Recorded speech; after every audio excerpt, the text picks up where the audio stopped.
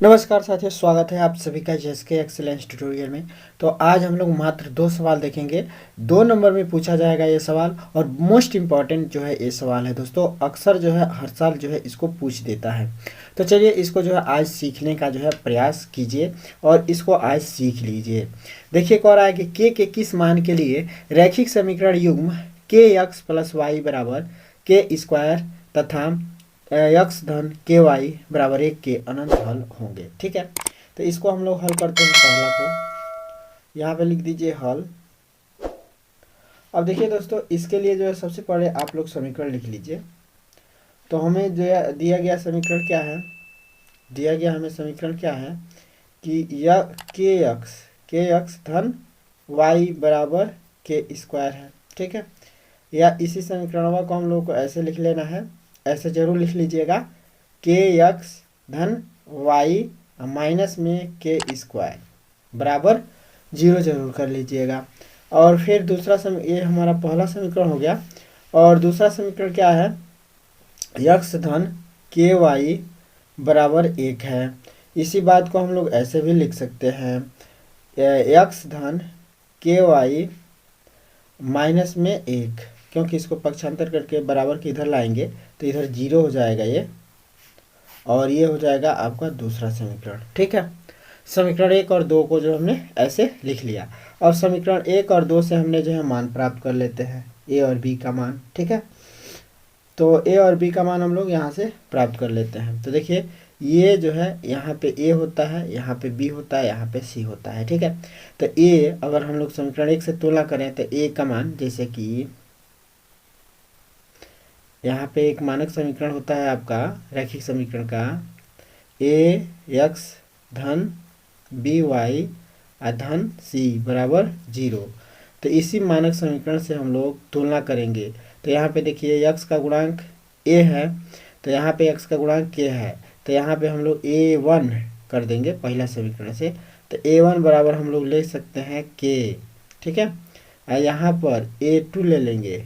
तो a2 बराबर यहाँ पे देखिए यक्स का कोई गुणांक नहीं है, इसका मतलब है कि यहाँ पे 1 ले लेंगे। ठीक है, और इसी तरह से देखिए यहाँ पे y का गुणांक कोई नहीं है, इसका मतलब ये b1 है, और मैंने इसको b1 मानेंगे, इसको b2 मानेंगे। तो b1 जो है y का गुणांक, देखिए यहाँ y का गुणांक b है, ये तो इसका मतलब ये b1 है। और यहाँ पे देखिए y का कोई गुणांक नहीं है, इसका मतलब कि b1 बराबर 1 है। और b2 का मान देखिए, तो b2 का मान यहाँ पे क्या होगा, y का गुणांक k है, तो यही जो है k जो है b2 का मान हो जाएगा। अब c1 का मान देखिए, तो c1 का मान जो है माइनस में के स्क्वायर हो जाएगा। c2 का मान देखिए, तो c2 का मान माइनस में 1 हो जाएगा, c2 का मान माइनस में 1 हो जाएगा। ठीक है, अब हम लोग जानते हैं कि इसके अनंत हल होंगे। तो अनंत हल होने के लिए जो है क्या होता है, हम लोग यहाँ पे लिख देंगे, यहाँ पे लिख दीजिएगा, निकाय निकाय निकाय के अनेक हल होंगे यदि निकाय के अनेक हल होंगे यदि a1 अपान a2 बराबर हो b1 अपान b2 बराबर हो c1 अपान c2 के। तो इसके अनेक हल होते हैं, ऐसा कंडीशन दिया गया रहता है, दिया गया है। आप लोगों को 3 कंडीशन याद होना चाहिए कि जब a1 अपान a2 बराबर नहीं होता है b1 अपान b2 के, तो इसके एक हल होता है। ठीक है, और जब a1 अपान a2 बराबर है b1 अपान b2 के, और ये भी बराबर है c1 अपान c2 के, तो इसके अनेक हल होते हैं, ऐसा कंडीशन होता है। ठीक है, और जब a1 अपान a2 a1 अपान b1 अपान b2 बराबर नहीं होता है c1 अपान c2 के, तो यह जो है कोई हल नहीं प्राप्त होता है। ठीक है, तो अब हम लोग जो है इससे जो है यहाँ पे मान रख देंगे। ठीक है, तो यहाँ पे हम लोग मान भर देंगे a1 अपान a2 का। तो a1 का मान k है, तो यहाँ पे k ले लेना है, अब बटे a2 का मान 1 है तो 1 ले लेना है। ठीक है, अब यहाँ पे b1 अपान b2 भरेंगे, तो 1 बटे k भर देना है। फिर यहाँ पर C1/C2 भरेंगे तो माइनस में k का वर्ग बटे माइनस में 1 का 1 रहेगा। ठीक है, तो अब हम लोग जो है k का मान निकालना है ना, तो या तो इसको ले लीजिए या तो इसको और इसको ले लीजिए, तो k का मान निकल जाएगा। तो अब हम लोग जो है तुलना कर लेते हैं किससे, यहाँ पे इंगित करता है, क्या इंगित करता है, k/1 बराबर 1/k ले लेते हैं हम लोग इसी दो को k का मान निकालने के लिए। तो अब इसका इसमें क्रॉस गुणा करा देंगे तो ये हो जाएगा k², इधर क्या हो जाएगा, एक का एक में गुणा कराएंगे तो ये हो जाएगा 1। अब k² बराबर 1 है तो k बराबर कितना होगा, k बराबर अंडर रूट में 1 प्लस माइनस। ठीक है, तो अंडर रूट में 1 ये प्लस माइनस में होगा तो इसका मान क्या होगा, प्लस माइनस में 1 के होगा। ठीक है, क्योंकि √1 का मान 1 होता है। ठीक है, तो k का मान यहाँ पे हम लोग क्या निकाल देंगे, k बराबर निकाल देंगे प्लस माइनस में 1। ठीक है, यही आंसर होगा, यानी कि अनंत हल चाहने के लिए मैंने इस समीकरण का अनंत हल आए इसके लिए k का मान 1 लेना पड़ेगा। ठीक है, तो यही आपका आंसर हो जाएगा। ठीक है, अब हम लोग जो है आते हैं दूसरा सवाल पे। दूसरा सवाल है, कह रहा है कि एक आयताकार बाग का अर्ध परिमाप 36 मीटर है जिसकी लंबाई चौड़ाई से 4 मीटर अधिक है, बाग की विमाएं ज्ञात कीजिए। ठीक है, मोस्ट इम्पॉर्टेंट सवाल है, इसको भी अच्छे से समझ। चलिए इसको हल करते हैं। अब इसको जो हम लोग यहाँ पे लिखते हैं दूसरा सवाल का हल। दूसरा सवाल का हल देखिए कैसे होगा।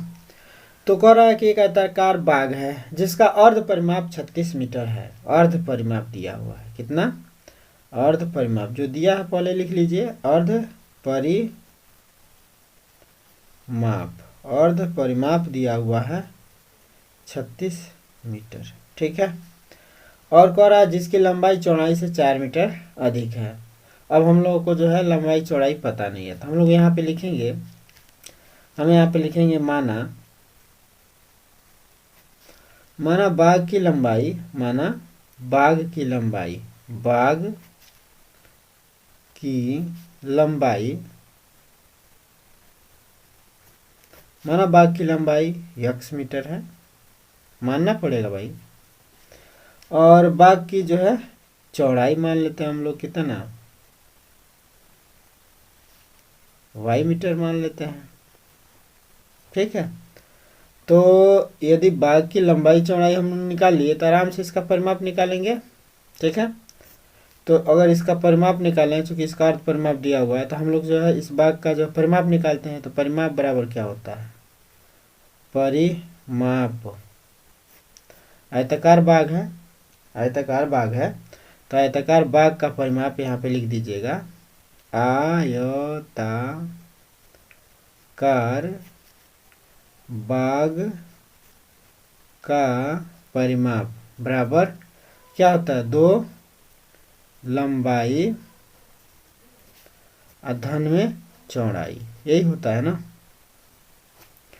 तो आयताकार बाग का परिमाप 2 लंबाई धन चौड़ाई होता है। ठीक है, अब जो है इसका अगर हम लोग अर्ध परिमाप निकालें तो अर्ध परिमाप क्या हो जाएगा, अर्ध परिमाप बराबर क्या हो जाएगा, तो अर्ध परिमाप इसका क्या हो जाएगा, तो इसका अर्ध परिमाप क्या हो जाएगा दोस्तों, तो यानी कि परिमाप 2 लंबाई धन चौड़ाई है तो अर्ध परिमाप क्या हो जाएगा, 2 लंबाई धन चौड़ाई अब बट्टे में जो है 2 हो जाएगा, यही ना होगा, आधा परिमाप निकालना है तो अब 2 से 2 कैंसिल, तो क्या हो जाएगा, लंबाई धन चौड़ाई हो जाएगा। तो अर्ध परिमाप लंबाई धन चौड़ाई।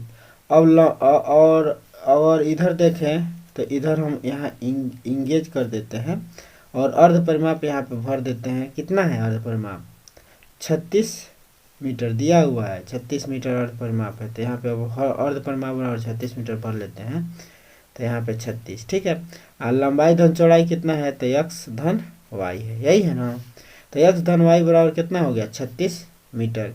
यही हम लोग का जो पहला समीकरण हो गया। ठीक है, अब दूसरा समीकरण अगर हम लोग देखें तो प्रश्नानुसार कह रहा है,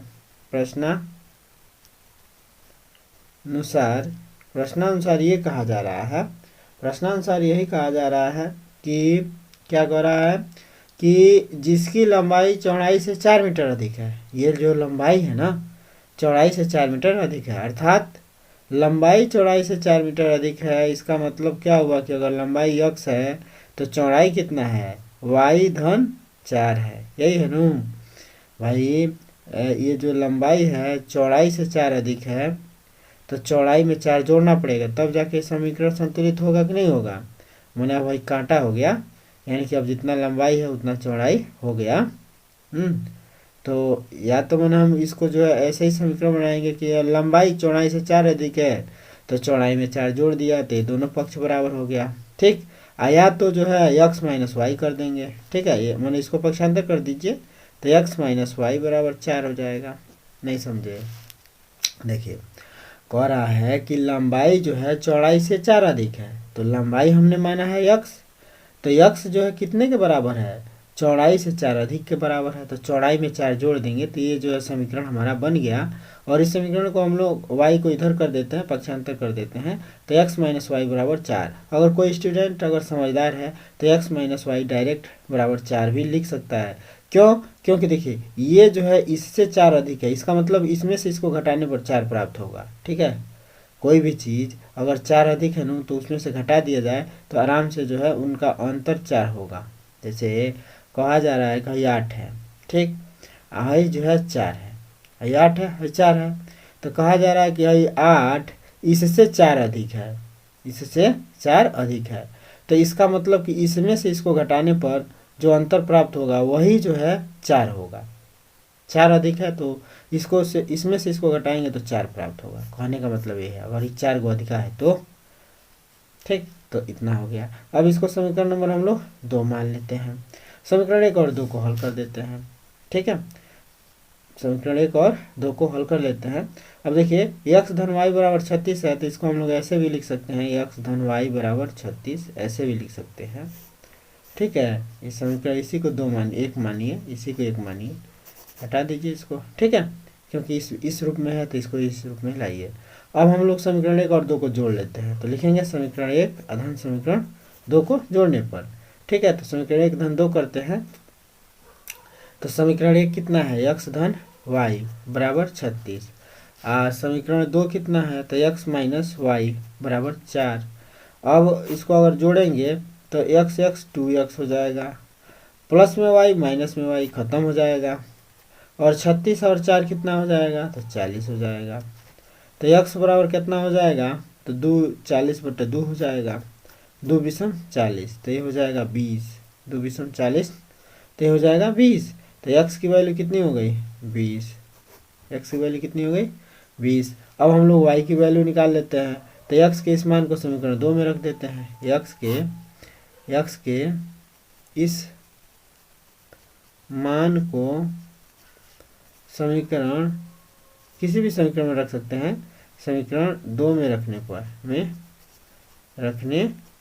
पर तो इसको रख दीजिए समीकरण 2 में, तो x माइनस वाई बराबर समीकरण 2 यही ना है, x माइनस वाई बराबर 4, तब x का मान 20 है, तो 20 माइनस वाई बराबर 4। अब 20 को इधर पक्षांतर कर दीजिए तो y बराबर 4 माइनस 20 हो जाएगा। अब y बराबर माइनस में y है, ठीक है, तो माइनस में y बराबर 4 माइनस 20, तो 20 में 4 घटा दीजिए, माइनस में 16 हो जाएगा, माइनस से माइनस कैंसिल, तो y बराबर कितना हो जाएगा, 16, ठीक है, y बराबर कितना हो जाएगा, 16। तो यही आपका आंसर हो जाएगा। यहाँ पे हम लोग लिख सकते हैं, अतः बाघ की लंबाई इतना है और चौड़ाई इतना है, तो लिख दीजिएगा, अतः बाघ